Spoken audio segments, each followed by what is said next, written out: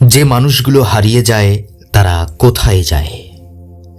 কিছু মানুষ হারিয়ে যায়, কেউ দেখে না তাদের যেতে, কেউ জানে না তারা কোথায় যায়। তাদের জন্য অপেক্ষা করে কেউ একজন, হয়তো কোনো মা, কোনো স্ত্রী, কোনো সন্তান, কিন্তু তারা ফিরে আসে না। তারা হারিয়ে যায়, একবারে চুপচাপ নীরব ধোঁয়াটে কুয়াশার মতো। প্রশ্ন জাগে, এই মানুষগুলো কোথায় যায়? কেন তারা আর কখনো দেখা দেয় না? তারা কি বেছে নেয় কোনো নির্জন পাহাড়ের পথ, নাকি তারা হারিয়ে যায় এই সভ্যতারই কোনো অন্ধকার অলিন্দে? আজ আমরা খুঁজব সেই প্রশ্নের উত্তর। ইসলামিক ভাবনার আলোকে চলুন একসাথে ধ্যান করি, ভাবি, অনুভব করি। মানুষ হারিয়ে গেলে যায় কিভাবে? অর্থাৎ মানুষ হারিয়ে যায় কিভাবে? হারিয়ে যাওয়ার সংজ্ঞা খুবই সূক্ষ্ম। কেউ হারিয়ে যায় শারীরিকভাবে, নিখোঁজ হয়ে, আবার কেউ হারিয়ে যায় মানসিকভাবে, চলে যায় নিঃসঙ্গতায়।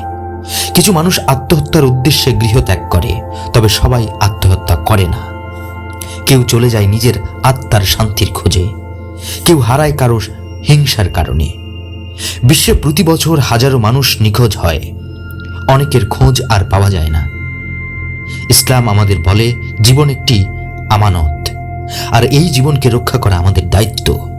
কিন্তু যারা হারিয়ে যায় তারা কি নিজের দায়িত্ব ভুলে যায়, নাকি সমাজ তাদের বুঝতে ব্যর্থ হয়? এ বিষয়ে কোরআন ও হাদিস কি বলে? আল্লাহ তাআলা বলেন, তোমরা আল্লাহর রহমত থেকে নিরাশ হইও না, নিশ্চয়ই আল্লাহ সব গুনাহ ক্ষমা করে দেন। সূরা জুমার আয়াত 53। এই আয়াত বলে দেয় আশাহীনতা ইসলাম সম্মত নয়।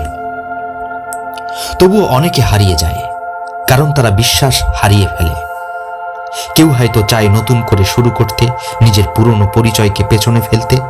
কিন্তু ইসলাম বলে পরিচয় ও ঈমান, আত্মপরিচিতি মানুষের প্রকৃত শক্তি।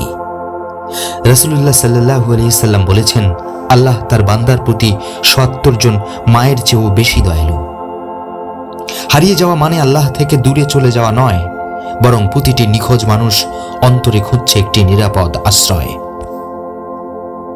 হারিয়ে যাওয়া মানে আত্মা অনুসন্ধান। বিখ্যাত ইসলামিক চিন্তাবিদ ইবনে আতাউল্লাহ রহমাতুল্লাহ আলাইহি বলেছিলেন, যখন আল্লাহ তোমাকে মানুষের কাছ থেকে সরিয়ে দেন, তখন বুঝে নাও তুমি এখন তার নিকটে যাবার পথে হাঁটছ। অনেকে হারিয়ে যায় কারণ তারা শোরগোলের শহরে হারিয়ে ফেলেছে নিজের আত্মাকে। তারা পছন্দ করে নির্জনতা, ধ্যান, একাকিত্ব। এই নিঃসঙ্গতা সবসময় নেতিবাচক নয়, কখনো এটা আত্মার পরিশুদ্ধি। কিছু নিখোঁজ মানুষ জঙ্গলে বসে কোরআন পড়ে, কেউ পাহাড়ের গুহায় বসে নামাজে মগ্ন থাকে, কেউ হয়তো ভোরবেলা একা সেজদায় পড়ে কাঁদে। তারা সমাজ থেকে দূরে, কিন্তু আল্লাহর অনেক কাছে। বর্তমানে অনেকে হারিয়ে যাচ্ছে কৃত্রিম জীবনের চাপে। চাকরির চাপ, পারিবারিক দায়িত্ব, মানসিক অবসাদ, সামাজিক ব্যর্থতা। অনেকে নিজের ইচ্ছায়, কেউ বা পরিস্থিতির কারণে হারিয়ে যায়। ইসলামে আত্মঘাতী সিদ্ধান্ত হারাম, তবে একা থেকে নির্জনে ধ্যান করার প্রেরণা আছে। রাসূলুল্লাহ সাল্লাল্লাহু আলাইহি সাল্লাম হেরা গুহায় 40 দিন একাকী ছিলেন। এই নির্জনতা তাকে আল্লাহর নিকটবর্তী করেছিল। তবে একাকিত্ব যেন সমাজ বিচ্ছিন্নতা না হয়। একাকিত্ব যেন হয় আত্মশুদ্ধি ও আল্লাহর সান্নিধ্য যাওয়ার মাধ্যম।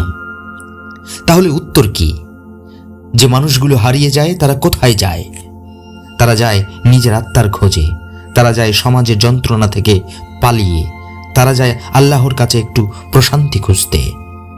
সবাইকে দোষ দিয়ে লাভ নেই, বরং ভাবুন আপনার চারপাশে কেউ নিঃসঙ্গ কিনা, কারো আচরণ বদলে গেছে কিনা, কারো চোখে কি অব্যক্ত কষ্ট জমে আছে।